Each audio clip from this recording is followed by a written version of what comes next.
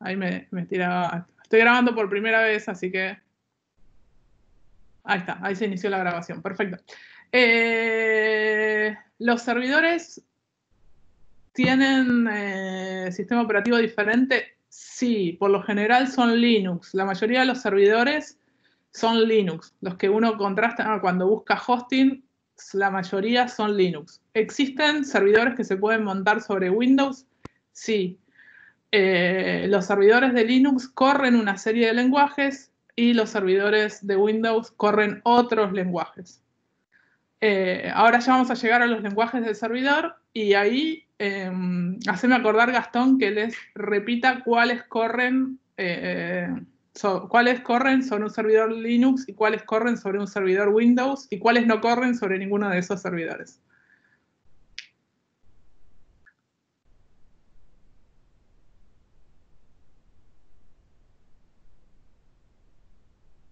Sí.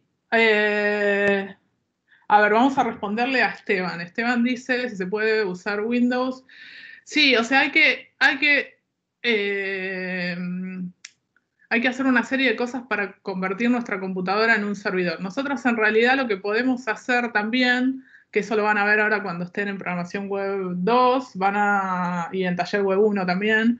O sea, lo que terminamos haciendo son correr servidores locales para hacer pruebas, ¿no? Una cosa es un servidor local, que es como si emuláramos un servidor adentro de nuestra computadora. Sí, XAMPP específicamente estamos hablando.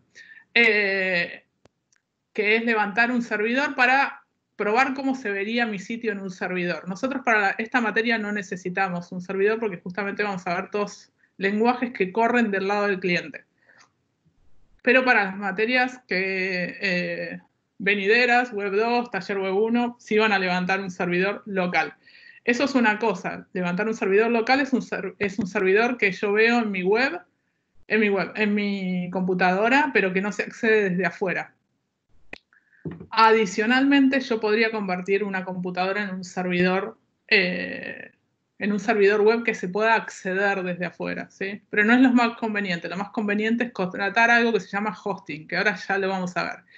Y los hosting, que me ofrecen a mí toda esta serie de servicios, que son de alojamiento del sitio, de email y demás, suelen tener instalado o Linux, la mayoría, el 90% tiene instalado Linux, y en algunos casos puedo contratar hostings que corran sobre Windows. Pero eso va a depender de en qué lenguaje haya codificado mi sitio web. Ya vamos a llegar a eso cuando veamos los que se llaman lenguajes de backend. Ahora nos vamos a centrar como primera cosa en esto que se llaman lenguajes de frontend.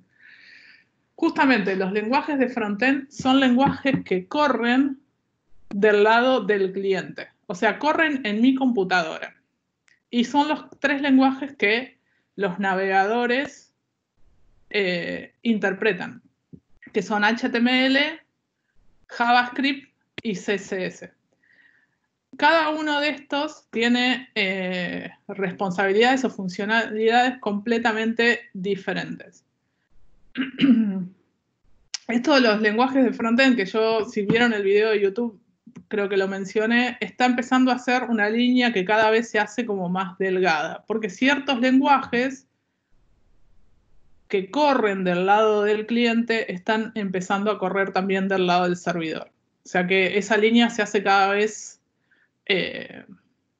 más dudosa, pero para lo que vamos a ver nosotros en la materia vamos a estar usando lenguajes de frontend que corren en el navegador,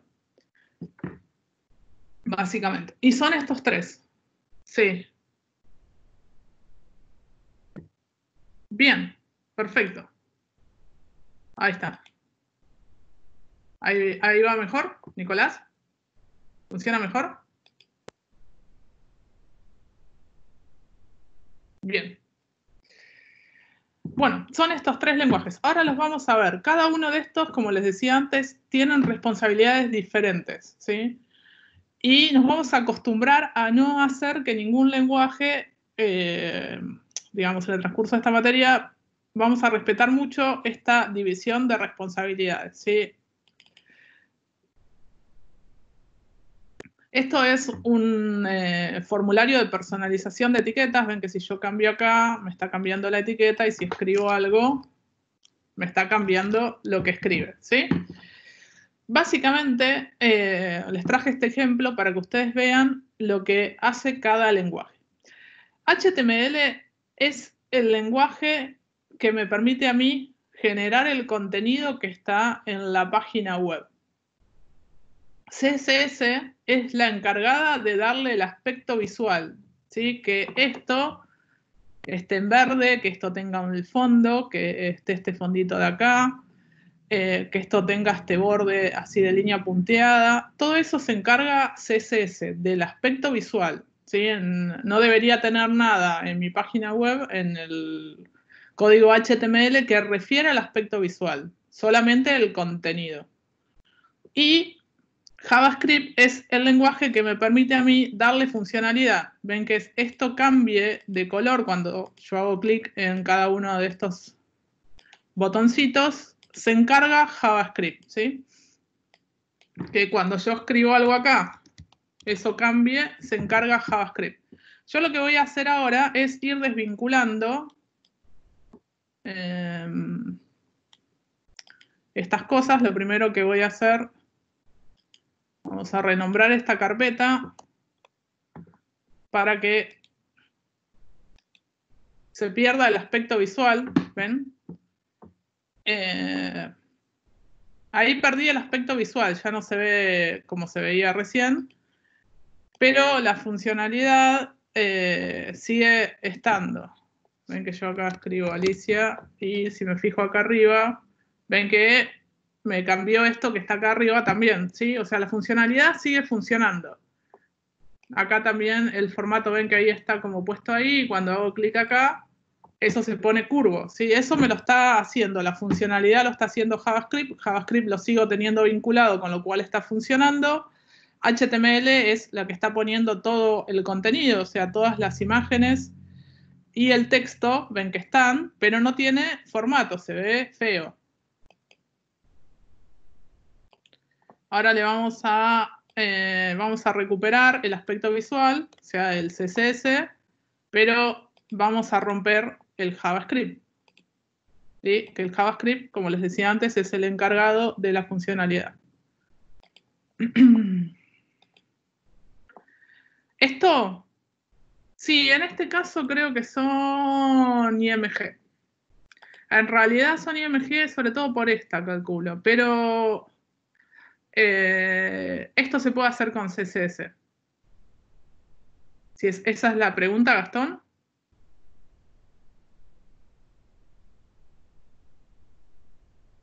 En este caso son IMG, pero podrían resolverse con CSS. Sí. Ahora ya vamos a llegar a hablar de CSS. La verdad que CSS ha evolucionado tanto que casi cualquier cosa se puede hacer. Bien, ven que yo ahora escribo, trato de cambiar las cosas, pero como tengo roto el JavaScript, no funciona. O sea, me funciona el contenido, me funciona el aspecto visual, pero no la funcionalidad que se encarga de JavaScript, ¿sí? ¿Se entendió la división de responsabilidades, no? Esperen que voy a ver qué me dice. Los colores y eso se pueden poner en el HTML. Bueno, vamos a distinguir entre lo que se puede y lo que se debe. Como poderse se puede todo. Como deberse, no. No está nada bueno que pongan estilo visual en el HTML. Nada bueno. Sí, es una pésima práctica. Pésima práctica. Es lo mismo que ya tuvieron programación básica 1, ¿no? Programación tuvieron alguna. Básica. Bien. Mis variables se pueden llamar A, B, C, D, ¿no? Se pueden llamar. Pero, esperen que termino este concepto y ahora te respondo, Walter. Pero no está bueno, o sea, no está nada bueno. O sea, después cuando uno tiene que actualizar, se encuentra con un código en el que las variables se llaman A, B, C, no entiende absolutamente nada. En HTML, si yo meto todo el código visual, lo meto ahí adentro, se convierte en un choclo inactualizable, ¿sí?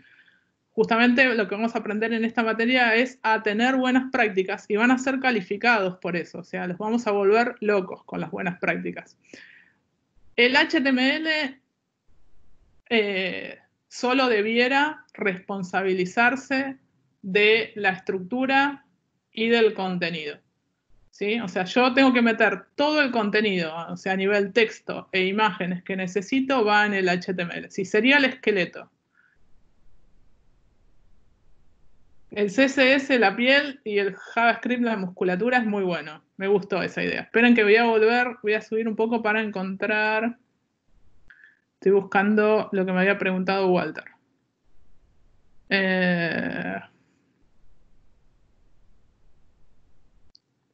Está muy bueno esto, la verdad, ¿eh? Me gusta la clase de esta manera. Es como que a su vez yo siento, capaz que soy yo la que siente, como que ustedes pierden un poco la vergüenza. ¿Es así?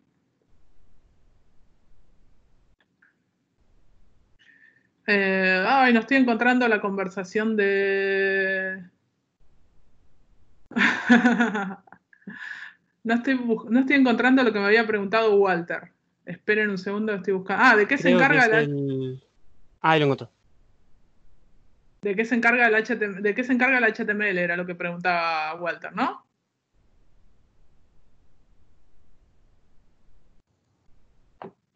Hola, profe. Sí, exactamente. Era esa Bien. mi duda. El HTML se encarga de todo el contenido, es decir, todos los textos van en el HTML, ¿sí? Todas las imágenes van en el HTML. Todas las imágenes. Con esto no nos estamos refiriendo a los fondos. Por ejemplo, a ver, vamos a entrar a la página de la UNLAM. Así vemos qué responsabilidades del aspecto visual y qué responsabilidades del HTML. Por ejemplo, acá tenemos este slider, ¿sí? La funcionalidad del slider es responsabilidad del JavaScript. El aspecto visual de cómo se ve este slider, la ubicación de estas flechitas, cómo están ubicados esto, ven que tiene como este rectangulito blanco, esto está en negrita más grande, el otro está más chiquito, el seguir leyendo está ubicado acá a la derecha, es responsabilidad del CSS. El sombreado también es responsabilidad del CSS. Ahora, ¿qué tiene el HTML de todo esto? ¿A qué le aporta el HTML? Las imágenes estas de atrás, las imágenes que van pasando, la imagen en sí la tiene el HTML. ¿Sí? El HTML tiene eso. Y después, los títulos, el texto de los títulos, este texto de acá, inclusive el texto de seguir leyendo, lo tiene el HTML. ¿Se entendió? ¿Sí? Acá todos esto que dice información, intraconsulta, esto que está acá, todo es HTML.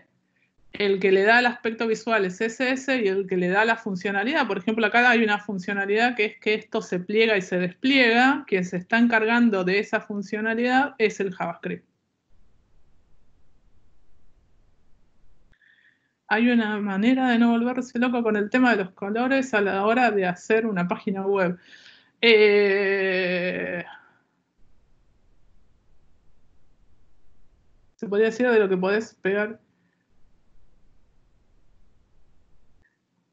Sí, lo van a ver en diseño gráfico, sí. Igual no es lo que estás preguntando. Sí, vamos a ver algo de diseño, un alguito de diseño acá, aunque no, la materia no se especifica en eso, pero bueno, yo soy diseñadora, no sé si se los mencioné antes, así que soy un poco hincha pelota. Pero el tema de los colores, justamente el color es un tema que parece súper fácil y es bastante, digamos, complejo.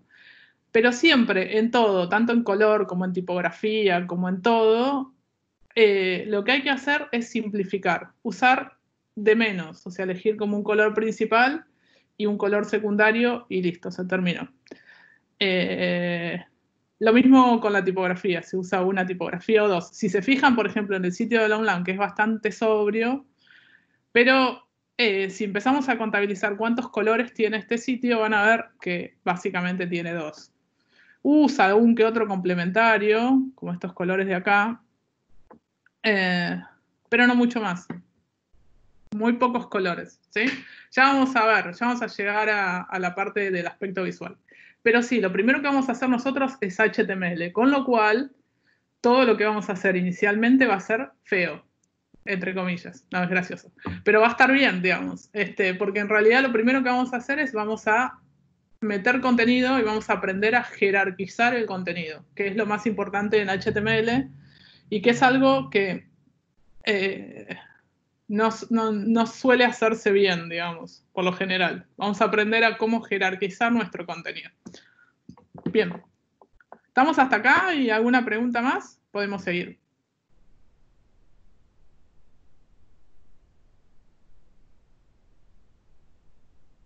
Todo bien, perfecto. Bien.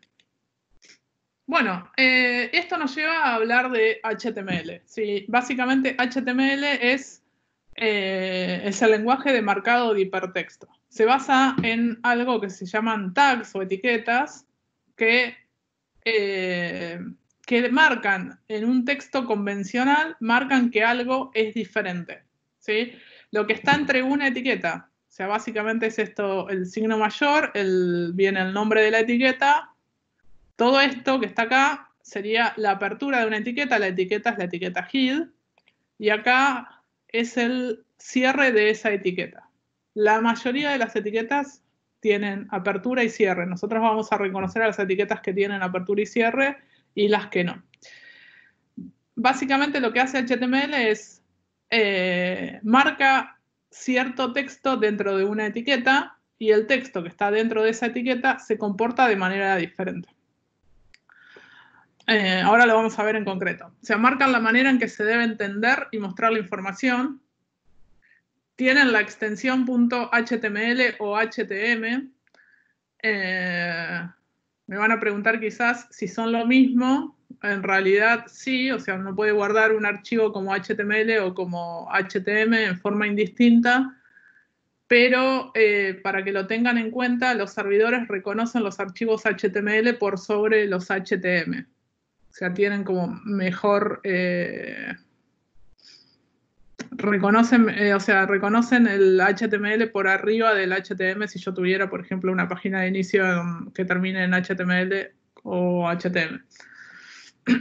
Y básicamente lo que ya habían dicho por ahí en el chat es que no mete adentro de sí mismo las imágenes, sino que lo que hace es todos los recursos que usa los vincula, genera vínculos hacia todos los recursos, que pueden ser, no sé, recursos me refiero a, por ejemplo, que tenga imágenes o que tenga, no sé, video o audio, lo que fuera. Todo eso son recursos externos, digamos, al HTML. Lo que guarda simplemente es la ubicación, a dónde está ese archivo.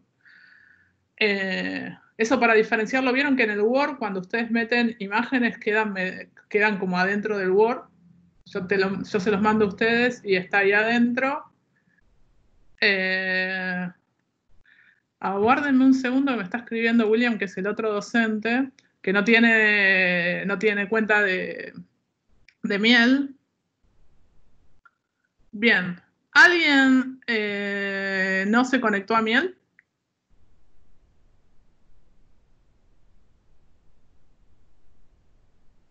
Bien. Bueno, Melina, ¿te conectás? Yo ahora igual le aviso a William de que vos estás acá. Ah, no, pero te conectaste y te desconectaste. No, listo. No, él está viendo quién se conectó y de eso está tomando como registro. Tenemos una persona que no se conectó ni a Miel ni a nada, que nunca se conectó a Miel. Así que bueno. ¿Sabían que Miel fue...? Ahí está. Perfecto. Todo el mundo se conectó. Perfecto. Bueno. Vamos a ver un poco esto para terminar de entender No, vamos a usar. Tengo por acá brackets.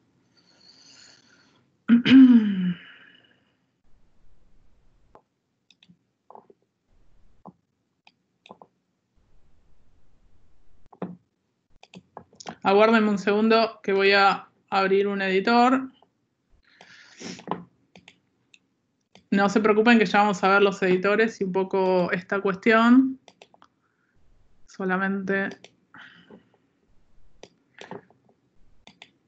voy a crear un archivo HTML. Ahí creé un archivo nuevo y lo voy a guardar con la extensión HTML, ¿sí? Si yo escribo texto, por ejemplo acá pongo texto fuera,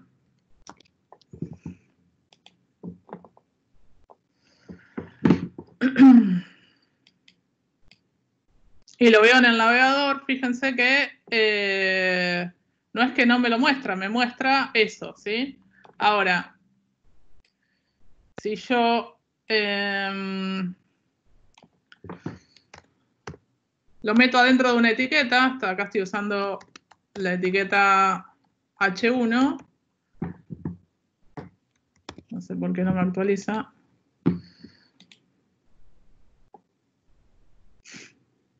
Ven que esto lo está mostrando de manera diferente, ¿sí? Muestra de una manera a esto que está dentro de la etiqueta H1 y a esto otro que está por fuera, lo muestra de esa manera, ¿sí?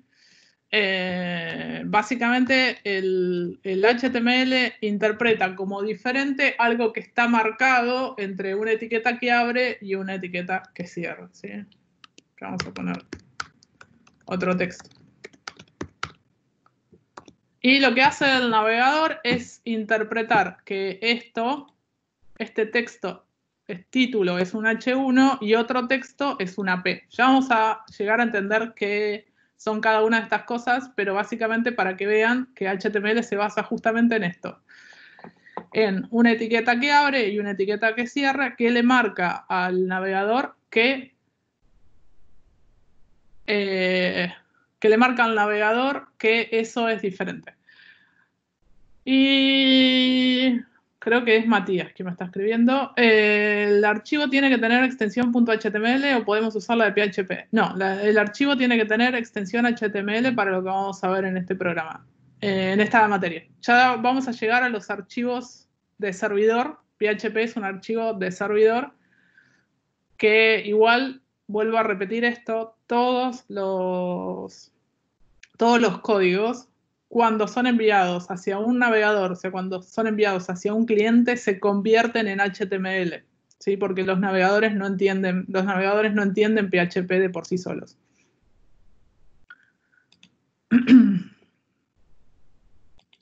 Ahí va. Bien. Vamos a seguir. Ahora tengo abiertas un millón de cosas, ¿sí? ¿Cuál era esta? Bien, bueno, HTML. Hablarles un poco de las versiones. No. CSS y JavaScript llegan llegan así como están escritos. CSS y JavaScript no se traducen a ninguna cosa. El navegador en realidad interpreta esos tres lenguajes que son los tres lenguajes que corren del lado del cliente. Justamente los tres lenguajes que corren del lado del cliente son estos tres: HTML, CSS y JavaScript. Otra cosa no entienden. ¿Vieron como cuando van al super chino y le contestan no entiendo? Igual, lo mismo, no entiendo, le dice el navegador. O sea, todos los otros lenguajes que ustedes escucharon por ahí se traducen a HTML. Bien, básicamente esto es un poco la evolución, la historia. La primera versión de HTML fue HTML1, que esa es la de 1990, cuando se inventó Internet. Después hubo una serie de versiones intermedias, la 2, la 3.1, la 4.1, etc. Pero en la teoría, ¿no? Porque en la práctica, en concreto, a raíz de algo que es central para la web, que son los buscadores, XHTML, en realidad XHTML versión 1.0 se saltó a la versión 5. Las otras versiones casi que no se usaron porque los buscadores no te posicionaban si codiabas en alguna de estas versiones. ¿Cuál es la diferencia entre HTML1 y el HTML actual, que es esta versión, básicamente, que es la versión 5? Básicamente que se incorporaron una serie de funcionalidades que antes no estaban. ¿Qué cosas se incorporaron? La versión HTML5 se convirtió en estándar en el 2014. Estaba ya desde el 2009, ya estaban todas estas funcionalidades hechas, pero no se lograban poner de acuerdo para convertirlo en un estándar. Y lo convirtieron en el 2014. Lo que se decidió con esta versión de HTML5, que no sea una versión quieta, digamos. O sea, las otras versiones es como que salieron en 1990, no sé, HTML1 salió en 1990 y se quedó con lo que tenía. HTML5 es una versión que está viva, o sea, todo el tiempo se están incorporando nuevas funcionalidades a HTML5. No es un estándar quieto. ¿Qué cosas? Sí, alguien me estaba por preguntar algo de audio. No. Bueno. Se arrepintió. ¿Qué cosas se incorporaron con esta versión de HTML? Primero, algo que se llama web semántica. Se incorporaron una serie de etiquetas que mejoran el marcado y el jerarquizado del contenido. Justamente le dicen a los navegadores, esto que está acá es el encabezado de la página, esto que está acá es el pie de página, esto que está acá es una barra de menú, esto que está acá es información secundaria y demás. O sea, agregaron más cosas para mejorar la jerarquización del contenido de cara al posicionamiento. Y después, otras cosas que se incorporaron tienen que ver con las animaciones, en realidad. O sea, lo que pasaba antes de la versión 5 es que HTML requería de una serie como de cosas por fuera, necesitaba de cosas por fuera. Por ejemplo, para reproducir video necesitaba incrustar un componente externo porque de por sí solo no podía hacerlo. Si ahora HTML5 incorporó el video en sí mismo, o sea, yo puedo meter video en forma nativa. Las animaciones las puedo meter adentro de algo que se llama Canvas, que el Canvas es como si yo tuviera una zona de dibujo adentro de mi navegador y ahí puedo generar animaciones y un montón de comportamientos. En realidad, todo lo que son videojuegos que se desarrollan en HTML5 están usando el Canvas, que me permite dibujar ahí adentro, generar animaciones y también todo tipo de interactividad. Sí, antes necesitabas un plugin para todo. De hecho, habrán escuchado hablar de Flash, por ejemplo. Flash era un componente externo y como era un externo, HTML necesitaba de todos esos externos. ¿Sí? Ahora los tiene todos metidos ahí adentro. Drag and drop es la posibilidad de arrastrar y soltar cualquier elemento. ¿Vieron, por ejemplo, el Drive? Que ustedes arrastran archivos a la pantalla y eso directamente se sube. Eso es el arrastrar y soltar, es algo que ahora nosotros lo tenemos muy incorporado, sobre todo con los archivos, creo. Y es una funcionalidad que ya viene nativa en HTML5. No necesitamos un componente de afuera, sino que simplemente esa funcionalidad está habilitada. Lo otro que tiene HTML5 es el tema de la geolocalización. Habrán entrado a algunos sitios y les pregunta si ustedes se quieren geolocalizar. Eso básicamente lo está haciendo directamente a través de HTML5.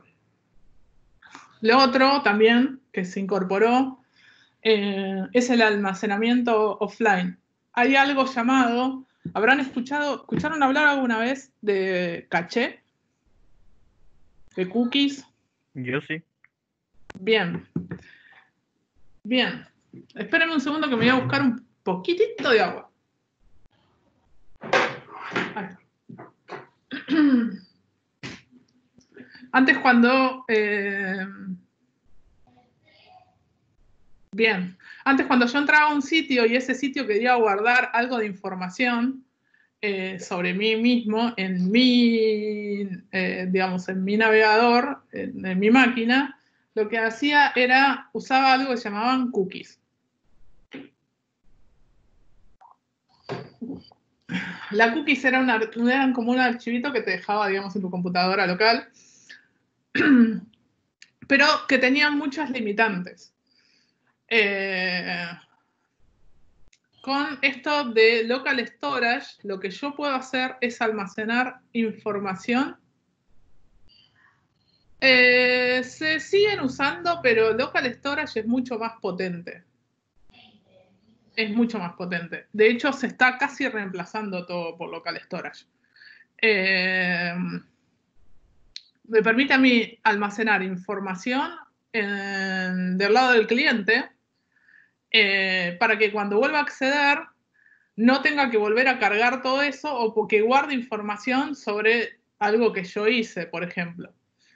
Lo último que busqué, no sé, algunas configuraciones de cómo quiero ver las cosas, todo eso lo guarda en algo que se llama local storage. Y también que lo otro que también están permitiendo, sobre todo en los dispositivos móviles, el local storage, lo que está permitiendo es que cuando yo accedo y no tengo conexión, me levante una información offline, ¿sí?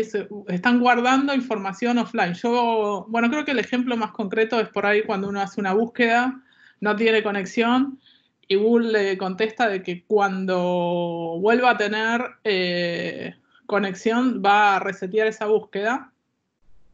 Sí, hace eso, exactamente. Ahí está usando local storage. Ya tiene almacenado esta animación que te muestra que básicamente cuando vuelva la conexión te va a hacer esa búsqueda y se queda con esa información guardada.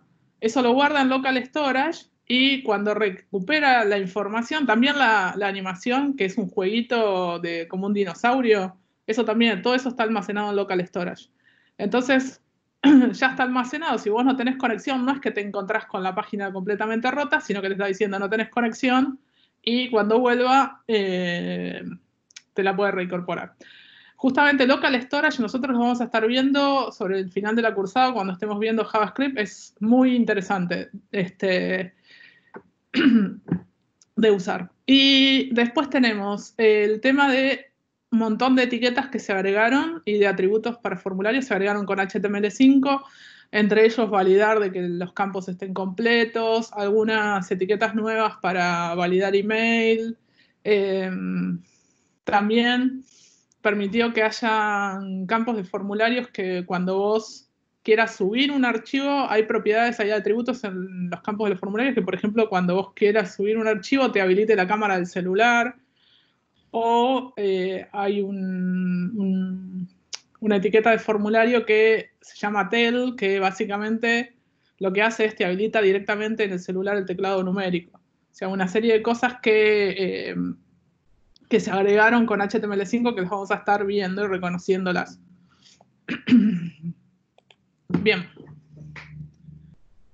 ¿Preguntas de HTML5 hasta ahora? ¿Estamos bien? Bueno, yo sigo.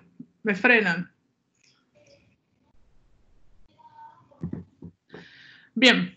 Vamos a hablar un poco ahora de CSS. Antes no me acuerdo si era Fernando quien había preguntado justamente si uno podía incorporar código visual adentro del HTML. Inicialmente, el HTML se encargaba de todo. ¿Sí? Las primeras páginas se encargaban de todo. O sea, metían todo en la misma ensalada, mezclaban HTML con el estilo visual, todo se encargaba del HTML. Pero apareció en el 96, apareció este lenguaje que se llama CSS, que básicamente se encarga especialmente del tema del formato visual. Y ahí se separó esto en dos partes. Por un lado, el HTML encargándose solo del contenido y por otro lado, el CSS encargándose solo del aspecto visual. Tener el aspecto visual separado permitió, entre otras cosas, que, por ejemplo, un mismo estilo visual sea compartido por varios HTML. Vieron que cuando ustedes entran a la página, cualquier página, la de la UNLAM o la que fuera, cuando van tocando en cada una de las secciones, el estilo visual es siempre el mismo, ¿sí? No es que en cada sección me cambia el diseño. Es siempre lo mismo, ¿no? ¿Estoy diciendo algo que no? Eso básicamente se logra teniendo varios HTMLs, pero un único CSS, un único estilo visual. Sí, tiene sentido. Es la base del diseño, lo que hablábamos antes, la base del diseño, de no estar cambiando, ¿sí? O sea, acá todas las páginas son iguales. Yo entro acá a la página de la UNLAM y vamos a decir que son HTMLs, aunque en realidad son otro lenguaje, no nos importa acá, pero se traduce, ya sabemos nosotros, ya aprendimos hoy que todo se traduce a HTML, ¿sí? No importa en que esté hecho el sitio, después se traduce a HTML para el navegador.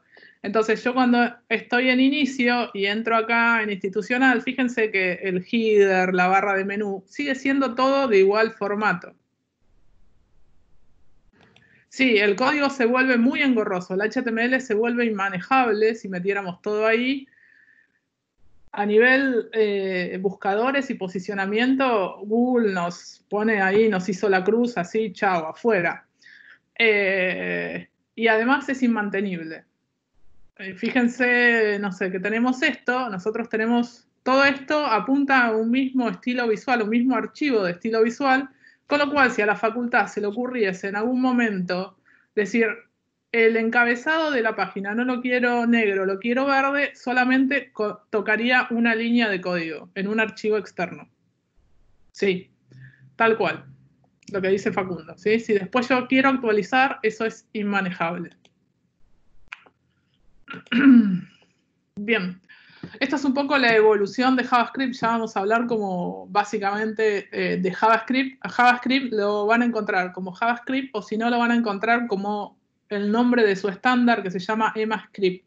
¿Escucharon hablar alguna vez de EMAScript?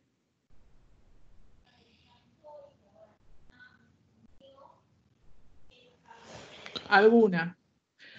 Y por ahí les quedó la duda. Bien.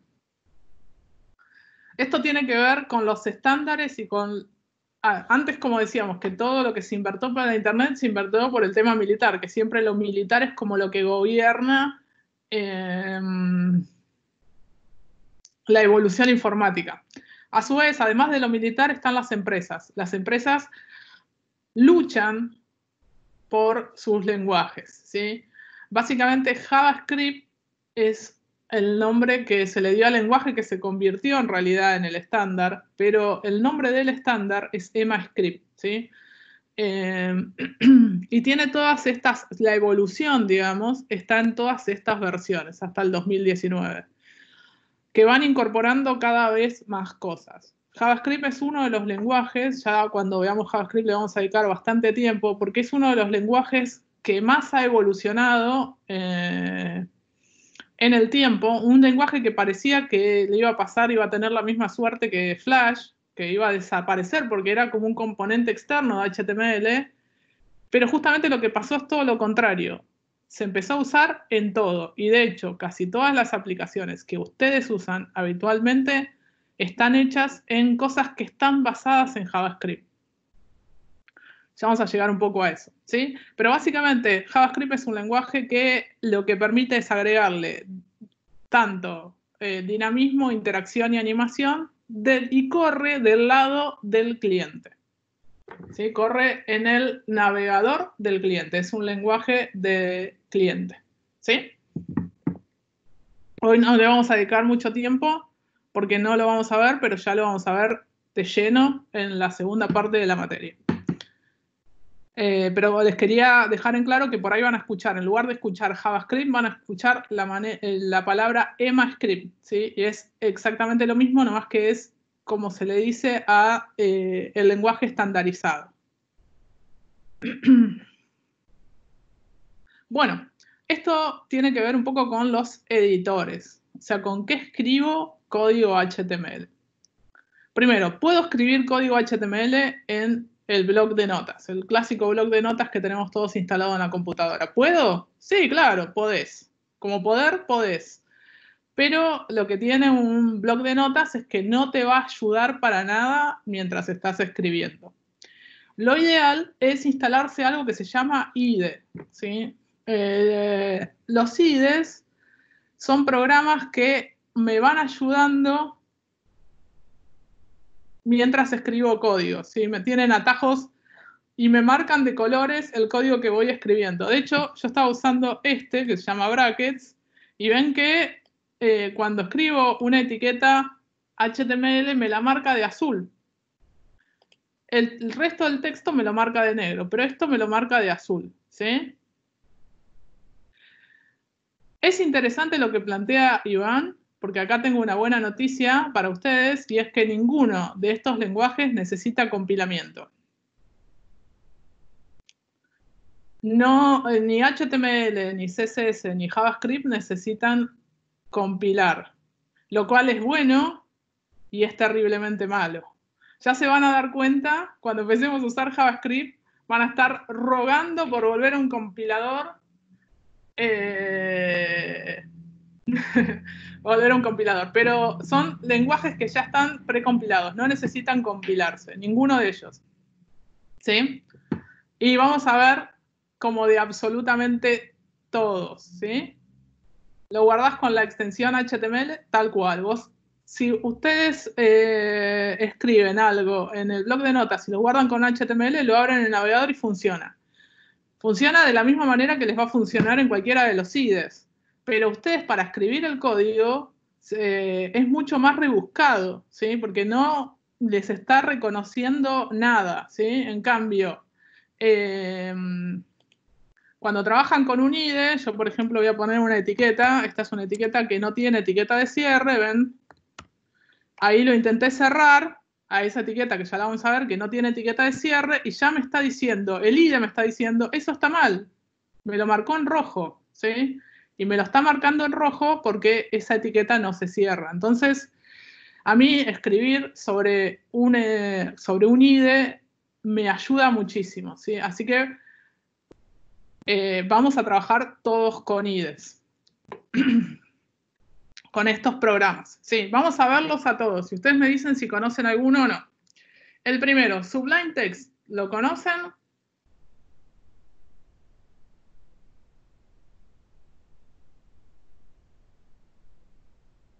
Bien.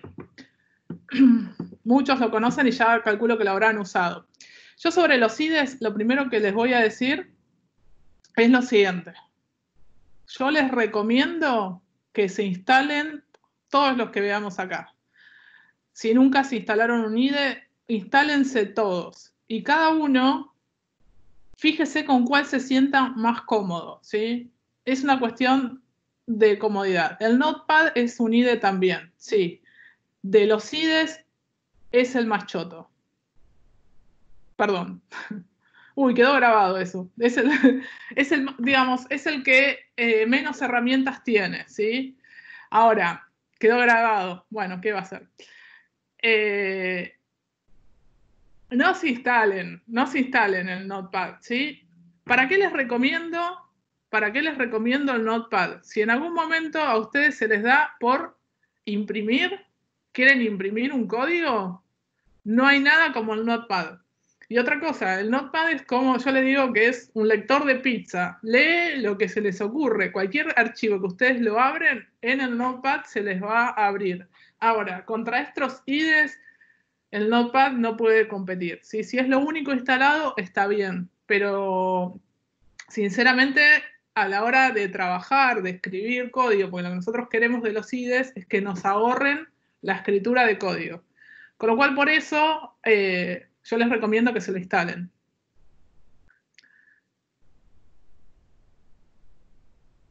Porque son...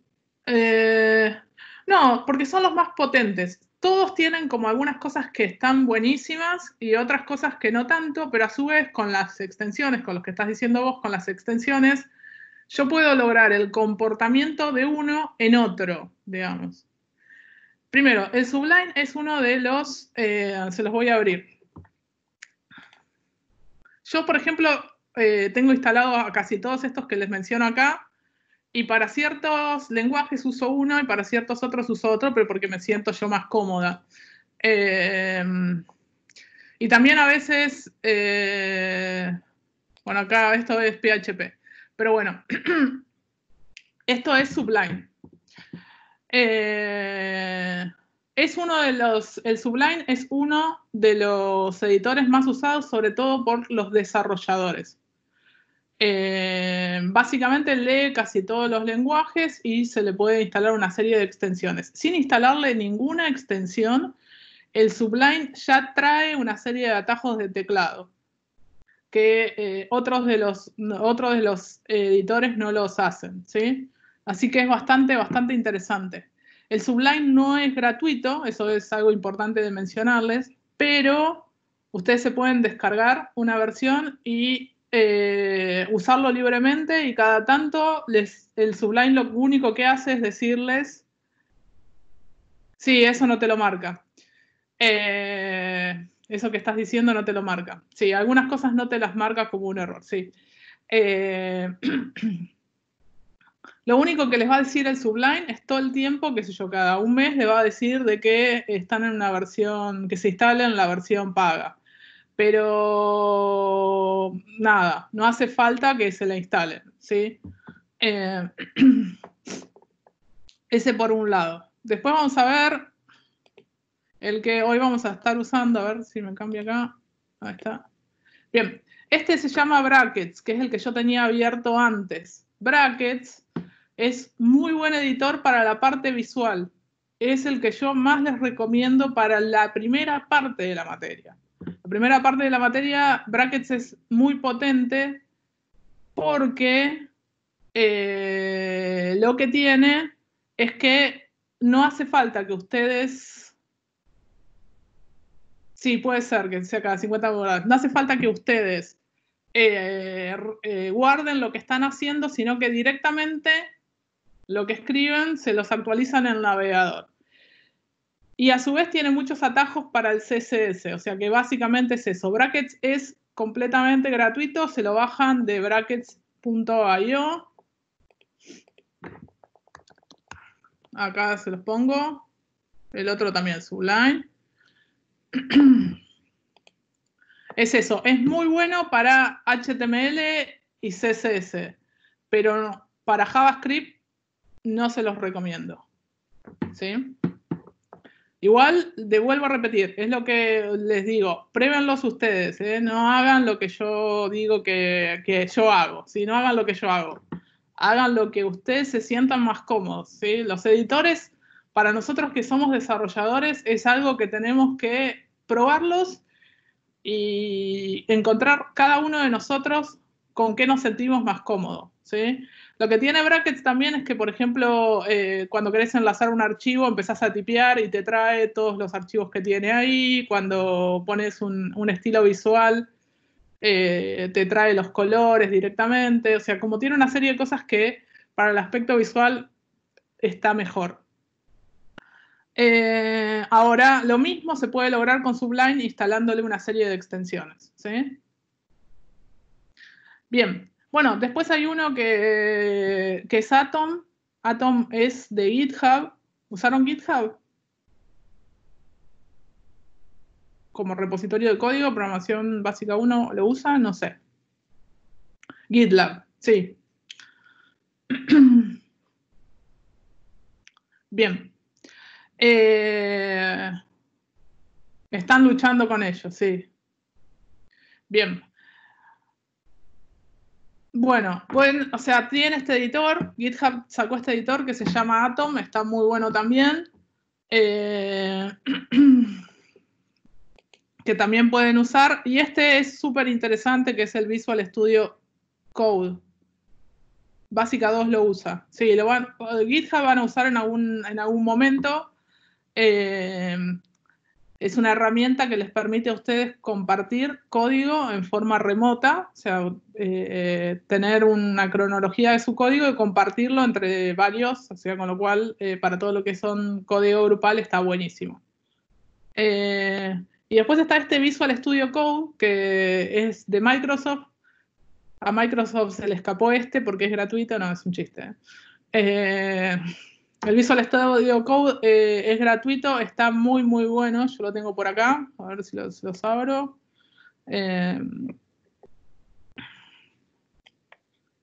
A mí en lo particular, bueno, estoy justo con unos archivos medios grandes. Es un editor que me gusta mucho, mucho, el Visual Studio Code. Así que nada, yo en principio les recomiendo estos, busquen los que ustedes quieran, pueden usar el editor que quieran, nosotros no les decimos qué editor usar, con todos van a obtener el mismo resultado, porque el código es el código y se los abre cualquier editor. Solamente es muy completo Visual Studio Code. Sí, es larguísimo ese PHP. Es un PHP basado en un framework, sí.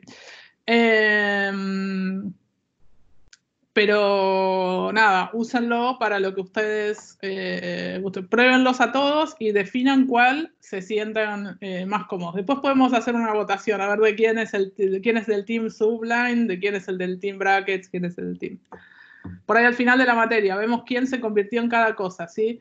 Pero bueno, básicamente yo les digo que los prueben porque es algo con lo que se tienen que encontrar ustedes, ¿no? Ustedes se tienen que encontrar con cuál se sienten cómodos, ¿sí?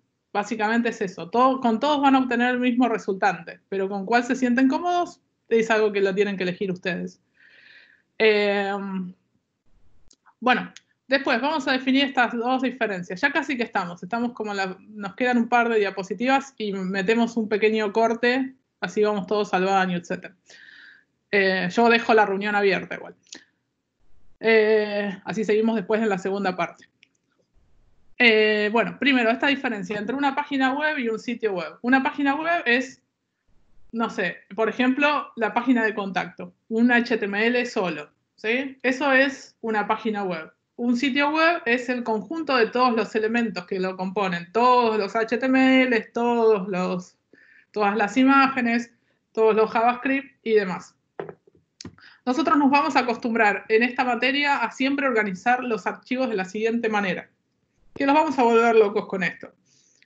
Vamos a tener una carpeta para los CSS, una carpeta para las imágenes, y vamos a poner los HTMLs afuera, ¿sí? Todos los HTMLs van a ir afuera, y después vamos a tener una carpeta JS y una carpeta IMG, JS para los JavaScript, IMG para las imágenes y CSS para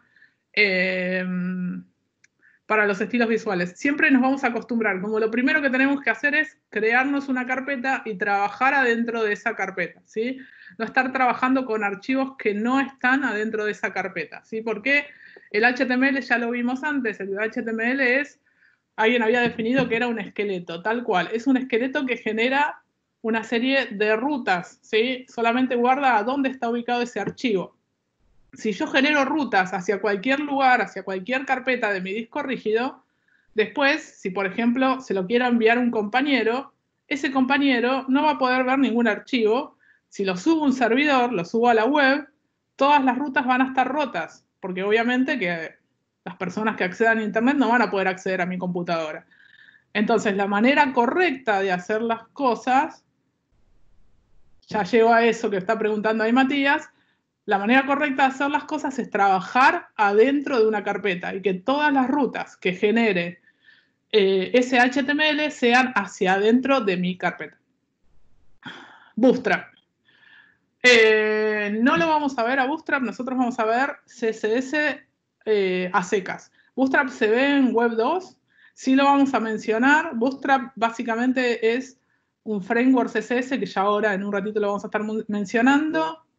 Que trae una serie de cosas ya prearmadas, de estilos visuales que me permiten no codear de cero el estilo visual de un sitio web. nosotros lo que vemos es CSS de 0, porque lo que queremos es que ustedes dominen por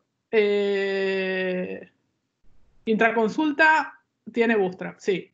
Nosotros queremos que ustedes dominen por completo CSS, ¿sí? Si nosotros les damos de lleno Bootstrap, ustedes cuando quieran maquetar algo diferente al Bootstrap a secas, ¿sí? No lo van a poder hacer porque no van a poder controlar. Lo que nosotros queremos es que ustedes aprendan a controlar todos los lenguajes básicos, digamos. O sea, no las cosas que están montadas sobre ese lenguaje. Sabiendo CSS, ustedes van a poder controlar por completo el estilo visual y manejar y darle formato a cualquier sitio que esté montado, por ejemplo, en Bootstrap. A mí no me gusta nada usar cosas de fuera. ¿Qué sería eso, Matías? No, lo del Bootstrap y cosas así, prefiero hacerlo yo mismo. El CSS. Sí, o sea, tiene un montón de cosas Bootstrap a favor y en contra, ya vamos a hablar. Pero nada, hay un montón de cosas que están hechas en Bootstrap y yo no me doy cuenta que están hechas en Bootstrap porque detrás hay alguien que sabe CSS y le puede dar formato como corresponde. Y en cambio otras, reconozco que es Bootstrap, ¿sí? O sea, reconozco que estoy en una plantilla de Bootstrap. Sí, puede ser, Gastón. Sí, es cierto, pero hay que dominar CSS para poder controlar el aspecto visual, ¿sí? En verdad. Y no permitir que el framework, o sea, la librería te controle. Ahora vamos a llegar a justamente eso, que es la diferencia entre un framework y una librería. Nos estamos como adelantando un poquito. Bien, primero, vamos a reconocer esta diferencia entre frontend y backend. Los lenguajes que vimos hasta ahora, HTML, JavaScript y CSS, son lenguajes de frontend. Por ende, corren del lado del cliente. En cambio, existen otros lenguajes que no corren del lado del cliente, sino que corren del lado del servidor y que se llaman lenguajes de backend. Bien. Aporto ahí al debate que están planteando ahí entre Gastón y Juan.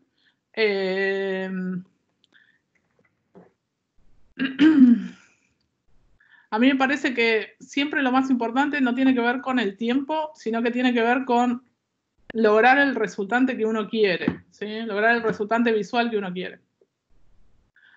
Lo que tiene a veces usar algunas librerías o frameworks es que muchos desarrolladores la manejan, entonces estás hablando en un lenguaje que ya otros lo conocen.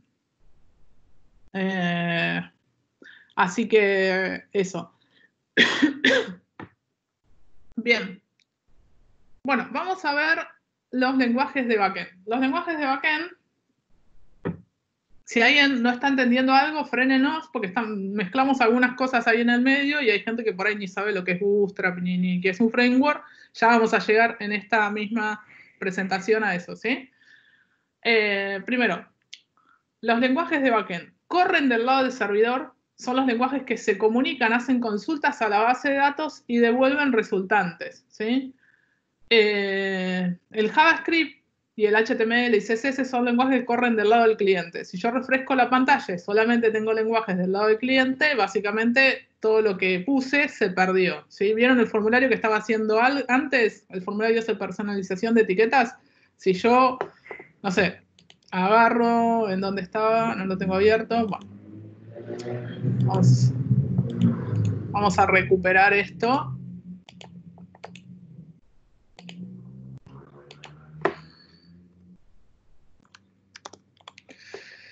Si yo acá, ven, le marco que sea de este color y no sé qué cosa, pero refresco la pantalla, lo que le había hecho antes no se guardó en ninguna parte, ¿sí? Porque este es un lenguaje que corre en el navegador, solo tiene entidad dentro del navegador.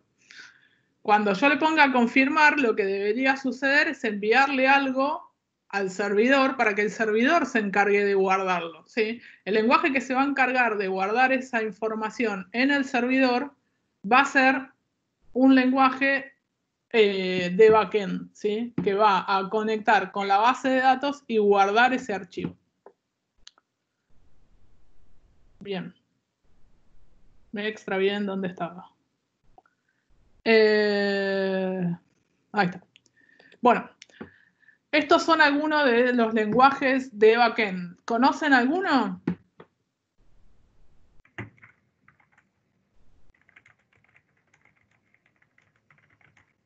Bien, Java y C. Muy bien. Java y C. Bien, perfecto. Bien, Java creo que están viendo en Básica 1, ¿no? Básica 1 están viendo Java. Vamos a hablar de cada uno de ellos en particular. Java es uno de los lenguajes, o sea, no hay que confundirlo con JavaScript. Java y JavaScript no son lenguajes que tengan alguna relación, no tienen ninguna relación, son dos lenguajes completamente diferentes. PHP es un lenguaje que corre en la mayoría de los hostings convencionales que podemos contratar y corre sobre hosting que son Linux, o sea, levanta sobre Linux. Yo para correr PHP lo que necesito es levantar un servidor local, no puedo abrir un archivo PHP directamente en el navegador, sino que tengo que levantar un servidor local que me convierta ese archivo PHP en un archivo HTML interpretado por el navegador, ¿sí? Node.js es bastante interesante lo que estás planteando ahí, Gastón. Node.js es JavaScript, pero convertido en lenguaje de servidor, ¿sí? Lo que hablábamos antes de esa diferencia dudosa entre backend y frontend ahora. Después .NET es de Microsoft, requiere que correr en servidores que tienen instalado el sistema operativo Windows. C# es un lenguaje que es C, pero a nivel objetos, y es muy usado en todo lo que es videojuegos. Los motores de videojuegos usan C#, o JavaScript o C#.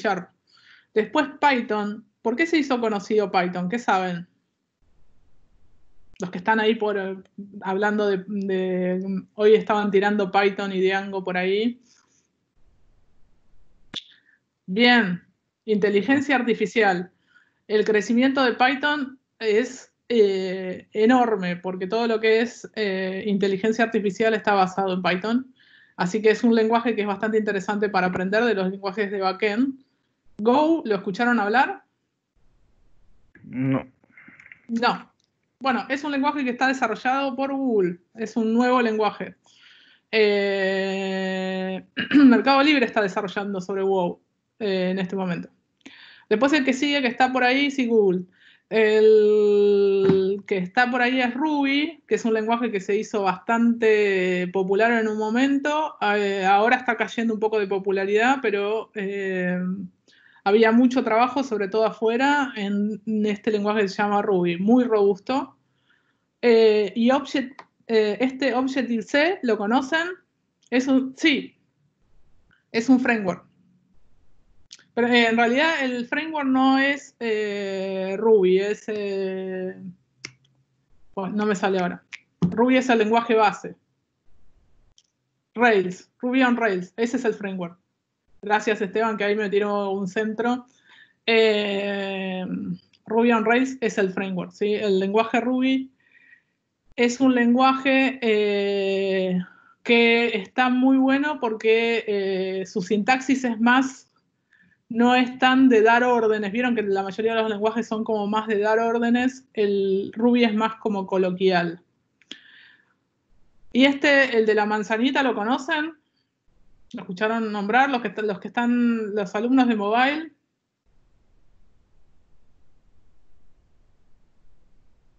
No. Bien, bueno.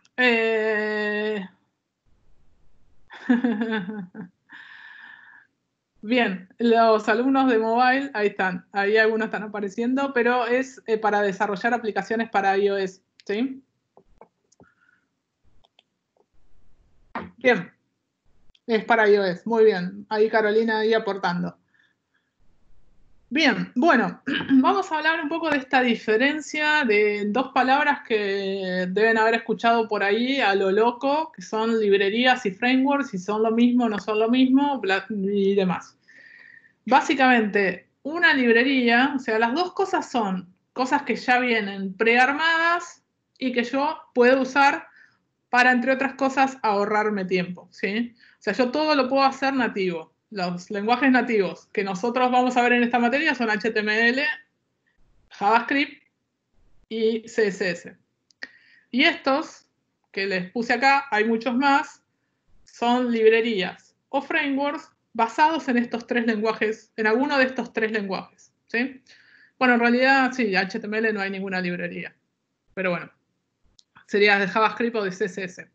Básicamente, estas librerías que están acá, la diferencia principal entre librería y framework es que la librería es más que nada como un conjunto de funciones que me facilitan hacer cosas. En cambio, un framework es una cosa mucho más grande, es como un conjunto de herramientas que ya trae una serie de cosas prearmadas y entre ellas puede incluir una serie de librerías. Es como un paquete de cosas.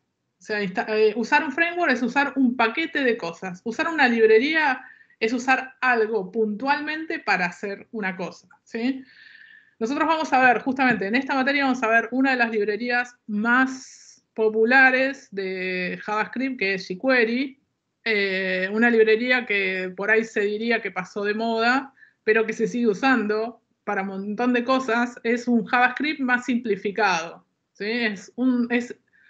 Lo que hace jQuery es escribir, o sea, te permite escribir JavaScript de manera mucho más simplificada y trae una serie de funciones ya prearmadas que me ahorran tiempo, realmente.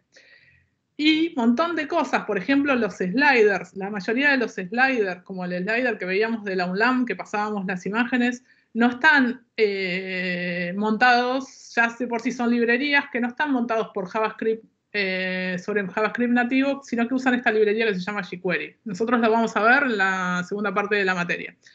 Y después tenemos esta, por ejemplo, Moment.js, es una librería que automáticamente me calcula cuánto tiempo falta para tal fecha, por ejemplo. Entonces, para todo lo que tiene que ver con el tiempo, con calcular distancias de tiempo, en lugar de generar una función, que yo podría generar una función en JavaScript y calcular esa diferencia, esta librería lo hace automáticamente. Eso para ver algo de librerías. Y después acá tenemos una serie de frameworks que son más robustos. Entre ellos, los tres primeros que están ahí, que no sé si alguien los reconoce por el icono, son de librerías, son frameworks JavaScript. Y debajo hay frameworks CSS.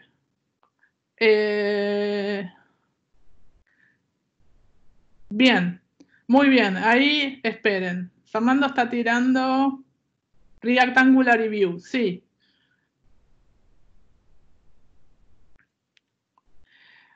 No sé si vamos a llegar a ver eso, Melina. Nos encantaría llegar a eso. Siempre depende del tiempo, pero yo creo que en esta modalidad vamos a tener más tiempo. Así que vamos a tratar de verlo. Vamos a tratar de verlo, ¿sí? Siempre depende, es una cuestión de tiempo, hasta dónde podemos llegar a profundizar. Pero sí, vamos a tratar de ver todo lo que podamos ver. Las primeras tres que tenemos ahí son React, Angular y Vue. Estos son los frameworks JavaScript más usados quizás en este momento. Hoy por hoy, creo que quien está gobernando gran parte del mercado es React. Angular fue uno de los primeros frameworks JavaScript que apareció, que es de Google. Muchos sitios están montados sobre Angular. Es muy potente Angular. Lo que tiene Angular un poco es que fue sacando diferentes versiones y cada versión, sobre todo entre la primera versión, que es la que más sitios tienen hoy en Argentina y quizás en el mundo, la mayoría de los sitios tienen Angular 1. Cuando salió Angular 2, lo que pasó es que la versión 2 es completamente diferente a la versión 1, pero completamente diferente. Entonces, mucha gente, bueno, generó eso, ¿no? Como cada versión es un nuevo aprendizaje en Angular. Después está React.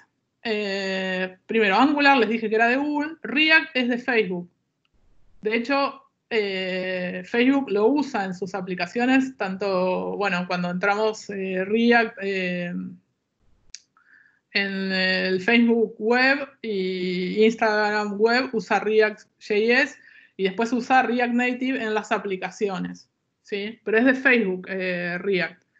Y Vue es una librería que está muy interesante también, está muy basada en eventos y es bastante más parecida a React, ¿sí? Si alguna de estas las quieren aprender, está basado en eso. Para manejar cualquiera de estas librerías, lo primero que tenemos que manejar bien es JavaScript, ¿sí? Siempre las librerías, perdón, frameworks. Para manejar cada uno de esos frameworks, lo primero que tenemos que manejar bien es JavaScript. Y después podemos crecer hacia esos frameworks, ¿sí? Lo que tiene un framework es que tiene un montón de cosas ya resueltas. Y después hay una serie de frameworks que son sobre CSS, sobre el estilo visual. Entre ellos, los dos más conocidos son Bootstrap y Materialize. No sé si conocen algún otro más, hay otros más como Foundation, etc. Pero estos dos son los dos más populares, los más usados. Bootstrap, ¿saben quién inventó Bootstrap?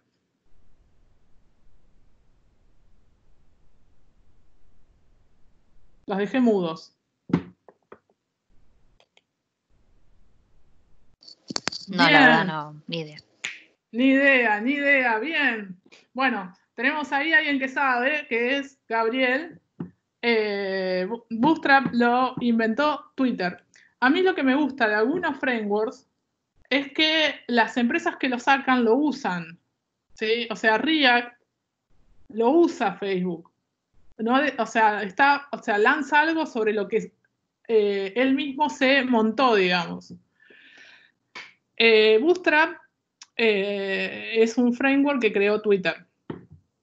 ¿Y Materialize de quién es?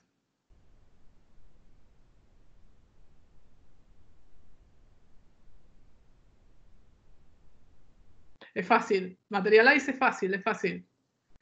Es de Google. Bien, Griselda, es de Google. Materialize es de Google. Materialize, Google lo usa, ¿sí? Todo lo que nosotros, todas las cosas que usamos de Google, el mail, el Drive, etcétera, el estilo visual que está usando está montado sobre, usa Materialize, ¿sí? Ellos inventaron, no solo que inventaron este framework, sino que inventaron toda una serie como de normas sobre hacer un diseño más simplificado, ¿sí? O sea, si leen cosas de Materialize, van a leer cosas sobre ese diseño en donde hay un montón de consejos con respecto a, por ejemplo, el uso del color y demás cosas. Pero bueno, esto para que lo sepan. Son cosas ya prearmadas. Yo me instalo esto y ya un aspecto inicial me da. Después tengo que aprender a usar lo que se llaman clases, ¿sí? Pero para manejar cualquiera de estas cosas, vuelvo a repetir. Para manejar los frameworks CSS, tienen que manejar CSS, ¿sí? Si no, no van a poder darle un estilo personalizado visual. Y para aprender a usar React, Angular o Vue, tienen que aprender como primera cosa JavaScript, ¿sí? Que son los lenguajes que vamos a estar viendo en esta materia. Bueno, continúo. Bueno, espero no haber sido muy confusa. Para quien no tiene ni idea de nada y nunca escuchó todas estas cosas, quizás lo estoy volviendo un poco loco. Pero no importa, quédense tranquilos que ya vamos a empezar a ir metiéndonos cosas y hay cosas que a medida que vayan navegando, googleando y buscando, van a ir topándose, ¿sí? Bueno, esto tiene que ver con cómo se arma una URL. Lo primero que aparece, que es HTTP, es el protocolo. Yo no conozco nada. Bueno, vos preguntame todo, ¿eh? Vos bombardeame preguntas. No importa.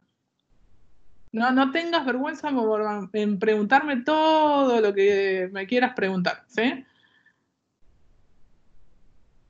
Te va a dar una CRG. Muy buena. Vos deteneme cuando diga algo que no sepas, que estoy hablando. ¿Entraron alguna vez a algún sitio que no sea HTTP, sino que sea HTTPS? Bien, Ivana también. Las dos, frénenme, ¿eh? Porque hay gente que sabe mucho y yo me acelero. Un banco. Gastón dice que entró un banco que tiene HTTPS. Bueno, a partir de ahora, a partir de esta clase, van a empezar, cada vez que entren y naveguen y busquen cosas, van a empezar a ver cosas que antes las hacían y no las veían. Si yo pongo en el navegador www.unlam.edu.ar, automáticamente me pone el HTTP por delante, ¿sí? El HTTP es el protocolo de comunicación. Existen dos protocolos. El HTTP, que es un protocolo de comunicación inseguro, en donde el texto viaja plano, o sea, se comunica de manera plana con otro lado, ¿no? ¿Vieron cuando nosotros hacíamos la solicitud y nos traía la respuesta?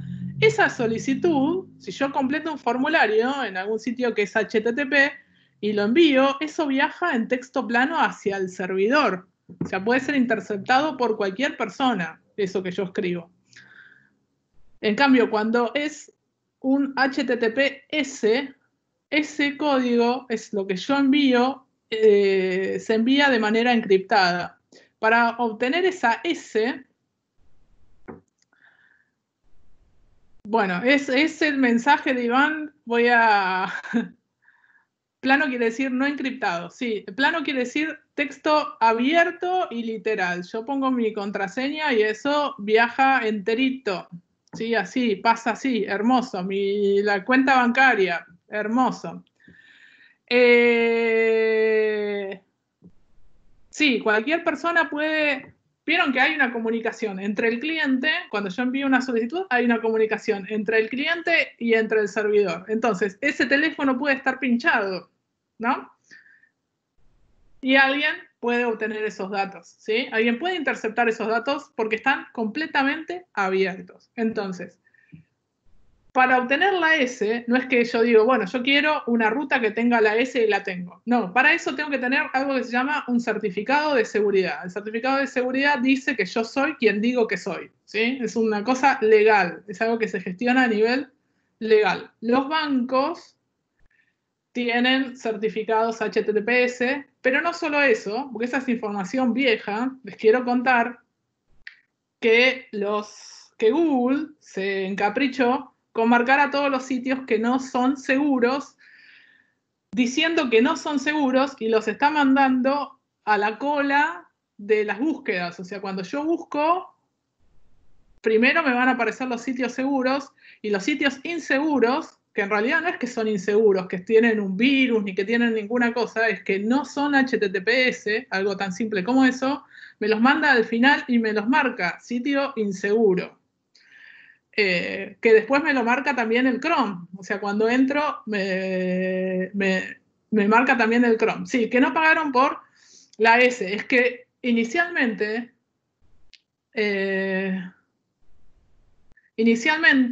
sí, es una pesadilla, pero no, más o menos Google, porque en realidad nos obliga a meternos adentro de los estándares. Ahora, cuando es el sitio de una empresa que en realidad no tiene muchas acciones, ¿tiene sentido de que tenga un certificado de seguridad? Y bueno, en realidad no. Pero bueno, ahora es una cosa que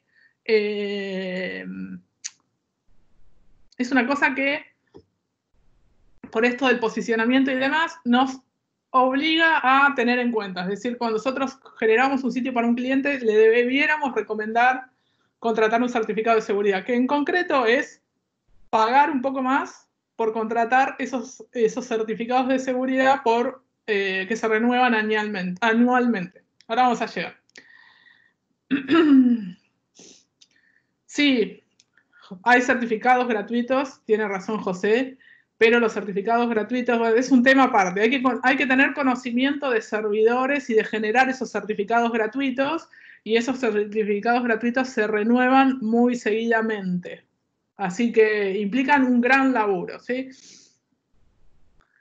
digamos, de base nosotros tenemos que saber que el certificado es algo que se puede contratar. Ya vamos a ver a través de quién, que sería como lo más simple, ¿sí?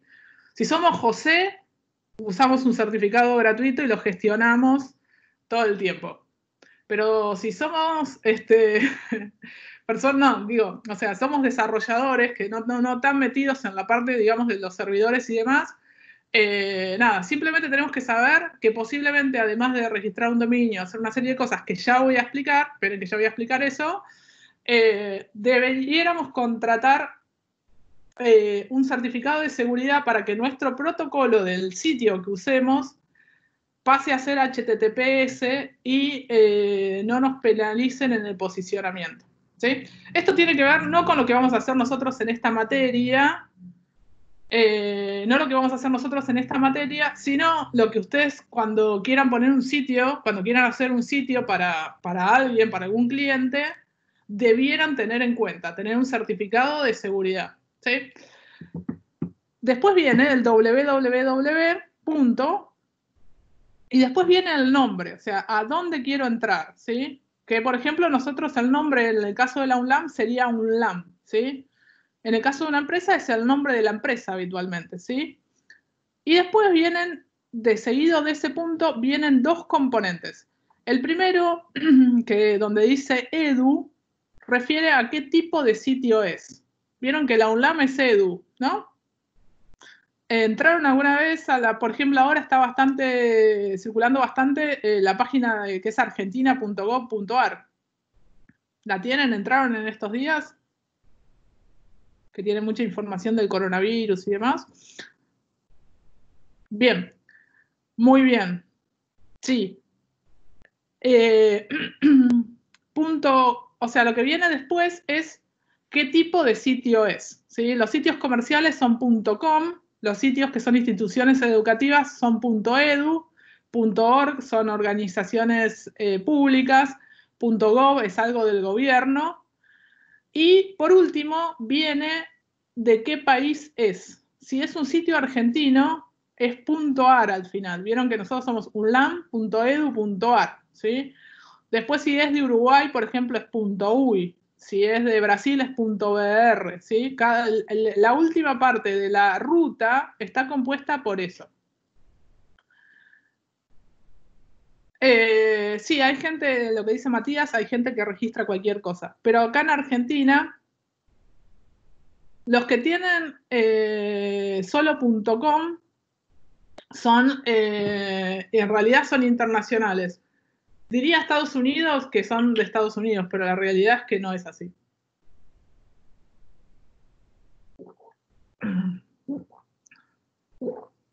Ahora, los que son .algo.ar son regulados por la Cancillería Argentina, por el NIC de Argentina. Entonces yo, por ejemplo, que tengo una empresa, yo no podría ponerle el nombre de mi empresa .edu.ar, porque yo no soy una institución educativa. O sea, cuando registro el dominio, tengo que dar cuenta de que soy una institución educativa para acceder a esos dominios especiales. Para los .com, no. Para los .com es cualquier sitio comercial, ¿sí? Bien. Bueno, me estoy quedando afónica y todavía no empezó el invierno, tengo que revisar síntoma de qué es la afonía. No, es un chiste. Los .net son también comerciales. También hay uno que es .io. Pero no es que son de Estados Unidos, es internacional. No más que Estados Unidos se apropia de todo lo internacional, ¿vieron? Ellos no tienen una extensión, no es .com, por ejemplo, en Estados Unidos no es .com.eu, es .com. Es lo mismo que América, no es... sí, es lo clásico de USA, tal cual, es lo clásico. Vieron que ahora les está sucediendo lo típico de todas las películas, son el epicentro de la pandemia, de todo, son siempre el epicentro. Bueno, si yo quiero registrar un dominio que es .ar, básicamente en Argentina, si quiero un .ar, un dominio nacional, tengo que entrar a esta página que se llama nic.ar, que ahora voy a entrar en este momento. Monopolizan todo, hasta el coronavirus, tal cual, todo lo monopolizan. ¿Entraron alguna vez a esta página?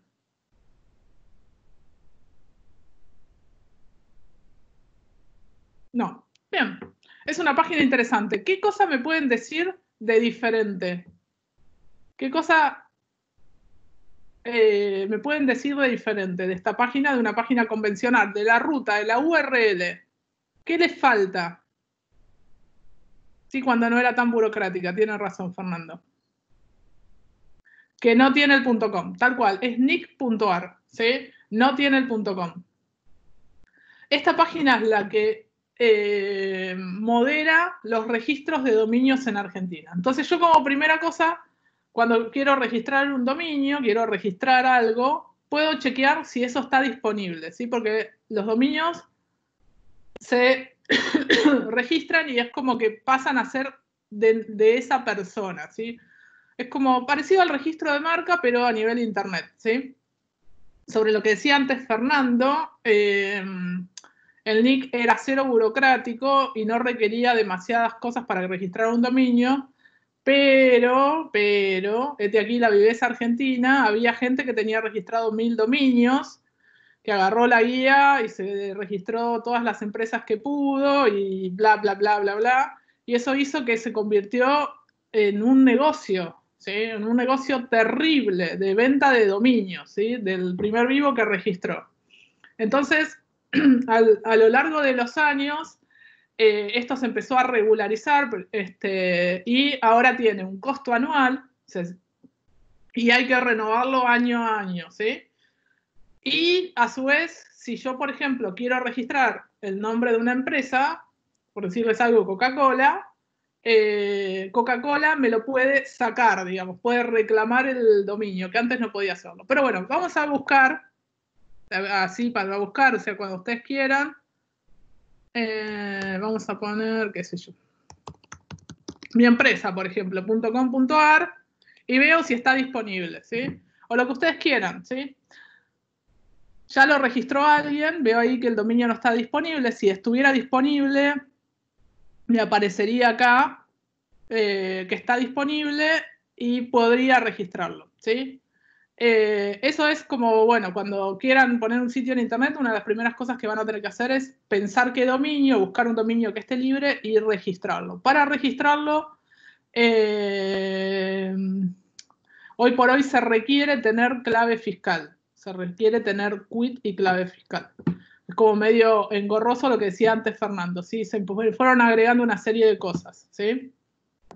Y todo eso se termina tramitando por algo que también se hizo bastante famoso en estos días, que es una web que se llama Trámites a Distancia, que es donde se centraliza todo, la FIP y absolutamente todo está cableado. Así que nada, eso. Requiere que uno se registre. Pero bueno, para que sepan, si ustedes quieren poner un sitio comercial online, una de las primeras cosas que van a tener que hacer es registrar el dominio, que pueden registrarlo en el NIC Argentina, administra los dominios de Argentina. Los dominios internacionales, los que son .com o .net, se pueden registrar libremente. También tienen un costo anual, todos tienen costo, ¿sí? Bien. Contratado eso, yo lo que tengo que contratar, o sea, contratado eso, registrado el dominio, lo segundo que tengo que hacer es contratar un hosting. Básicamente un hosting es un servidor, que por lo general es un servidor, en los planes más bajos es un servidor compartido, en donde básicamente podemos subir nuestro sitio y nos da una serie de datos que tenemos que ponerlo en la página que vimos antes para decirle a lo que le decimos nosotros al NIC, básicamente es cuando se tipee unlan.edu.ar, envíame hacia este servidor, envíame esa solicitud hacia este servidor. Es lo que enlaza, digamos. El código que me da el hosting es lo que enlaza la URL que yo pongo en el navegador con el destino, que es el servidor donde tengo alojado mi sitio, ¿sí?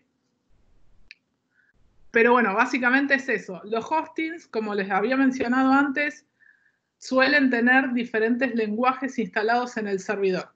Los más comunes ¿sí? Vamos a googlear hosting para traerles alguno.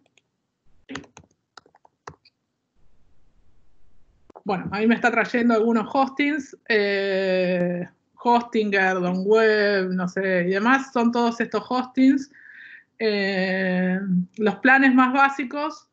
Ahí estaba Hostinger antes, Matías.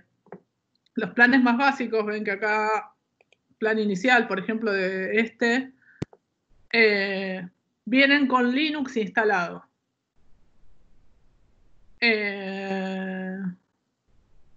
Heroku, sí, Heroku más o menos es gratis. Bueno, ahí me está logueando. Bueno, más o menos es gratis, digamos, es gratis, pero el servidor se duerme en su versión gratuita, lo que dice Gastón. O sea, para un sitio comercial, no usen ningún hosting gratuito, ¿sí? Paguen. Lo que para un sitio comercial, paguen. Háganle a su cliente que pague. En realidad, hágansele a su cliente que pague. Los valores de los hosting no son algo muy elevado. Por lo general vienen con Linux instalado, ¿sí? Los hostings que traen Microsoft instalado, Windows instalado, son un poco más caros. Y para algunos lenguajes en particular no podemos contratar un hosting común, pero eso ya es como una cosa muy avanzada que nos excede la materia. Bien. Pero, por ejemplo, los hostings se pueden encargar de diferentes cosas. Entre ellas, bueno, nos dan las casillas de mail, nos dan el espacio para subir nuestro sitio web y también nos venden el certificado para que nuestro dominio sea HTTPS, ¿sí? De eso lo venden los mismos hostings, ¿sí?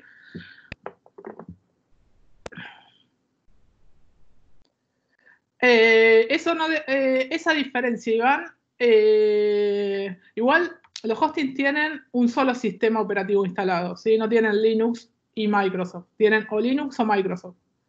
En realidad la diferencia está en qué lenguaje vos corres, de backend, no de frontend. Los lenguajes de frontend le da lo mismo que que nos montemos sobre un hosting Linux o sobre un hosting de Microsoft. O sea, si hacemos HTML, CSS y JavaScript, da lo mismo.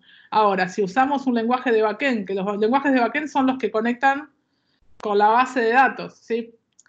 O sea, ¿qué sitios conectan con una base de datos? Vieron que cuando ustedes entran al Facebook, bueno, les estoy hablando de una red social que ustedes no usan, bueno, no importa, pero por pensar en una red social web que pueden usar, o cuando entran al Instagram en versión web, vieron que cuando ustedes entran, les trae información fresca de lo último que subieron otras personas. Esa información la trae de... No, Meli, ya estamos out. Estamos out. Ahora se usa TikTok, no sé, una serie de cosas. Cuando ya había aprendido Instagram, apareció el TikTok.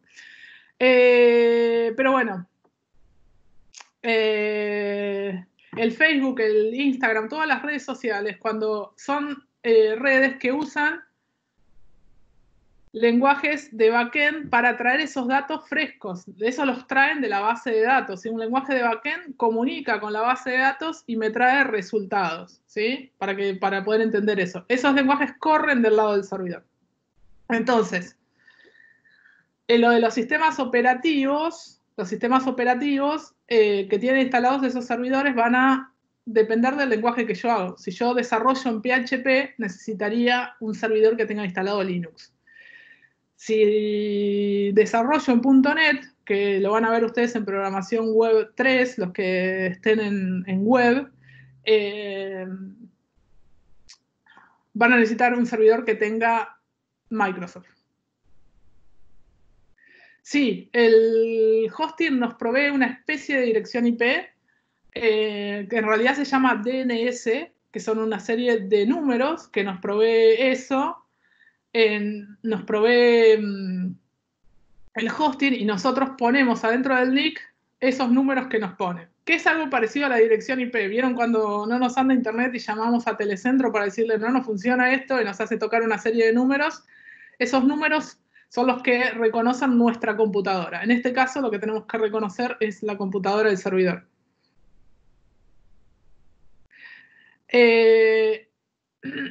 .NET se ve en programación web 3. Lo que pregunta Alejandro. Programación web, ¿sí? No programación mobile, programación web. Para los que están en web y no para los que están en mobile. Bien, bueno, y por último, este protocolo FTP. ¿Lo conocen el protocolo de FTP?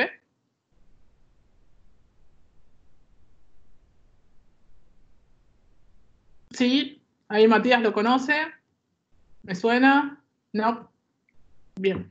Bueno, el protocolo FTP, vimos un par de protocolos hoy. Sí, vimos una serie de protocolos, vimos HTTP, el protocolo HTTP, que es el que nos permitía la comunicación de los archivos. Después vimos también, mencionamos algo que Internet usaba, el TCP/IP, ¿sí? Que lo reconocemos porque es el que nos reconoce nuestra máquina, el que detecta que ya entramos a un sitio, que ya votamos una cosa. Es a través de nuestro IP, que es algo que reconoce nuestra computadora en particular. El protocolo FTP es un protocolo que se usa para subir archivos a los servidores. O sea, en realidad, en concreto, acá es justamente el que está acá, que les puse acá, es el FileZilla, es un programa que es de FTP, que básicamente me muestra, por un lado, es como si yo dividiera la pantalla en la mitad, y de este lado tengo mis archivos locales, y de este lado tengo los archivos del servidor. Entonces, cuando yo quiero subir la web al hosting que contraté, lo que tengo que hacer es arrastrar mis archivos de locales hacia el servidor, y ahí los estoy subiendo a la web. Sí, se usa sobre todo para conectar con servidores. Es lo que me permite a mí conectar servidores con eso. De la misma manera que si yo quiero backupear, podría descargar los archivos que están en el servidor hacia mi computadora. ¿Sí? Ese es el protocolo. Hay una serie de programas, entre ellos el FileZilla, que permiten hacer eso. Eso por ahí podemos hacer. Voy a habilitarles capaz que un hosting para que ustedes suban archivos y lo pueden probar. Justamente, si yo trabajé, como les dije antes, trabajé localmente, ahí voy a responder. Si yo trabajé localmente adentro de una carpeta, armé mi sitio, todo adentro de una carpeta, ahora respondo todas las preguntas. Espérenme un segundo, esperen que responda estas preguntas y sigan escribiendo, pues si no se me pierden. Me pierden los mensajes. Esperen que termino esta idea, contesto las preguntas y después me siguen preguntando.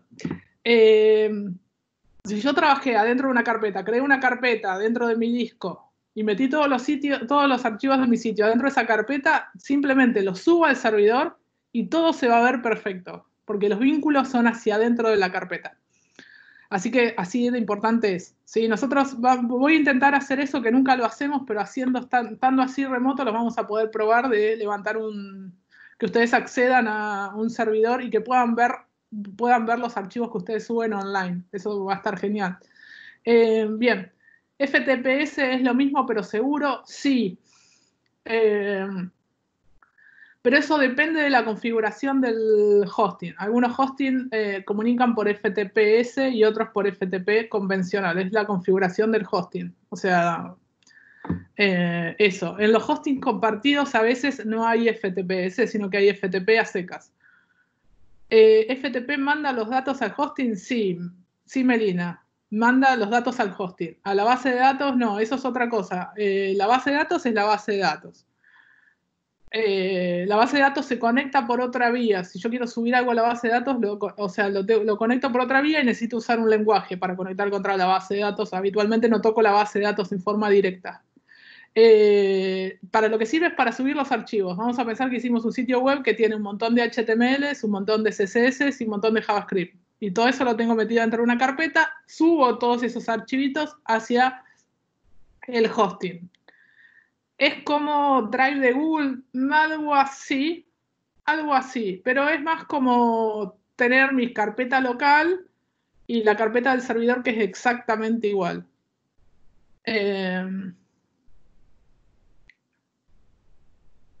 Profe, vamos a ver qué partes de la página web debe ser público y cuál privado. No, Matías, porque no vamos a estar viendo lenguajes de servidor.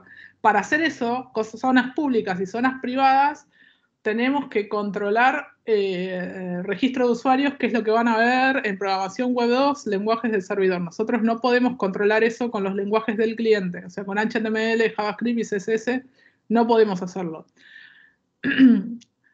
O sí podemos hacerlo, porque hay cosas que sí podríamos hacerlo, pero es todo...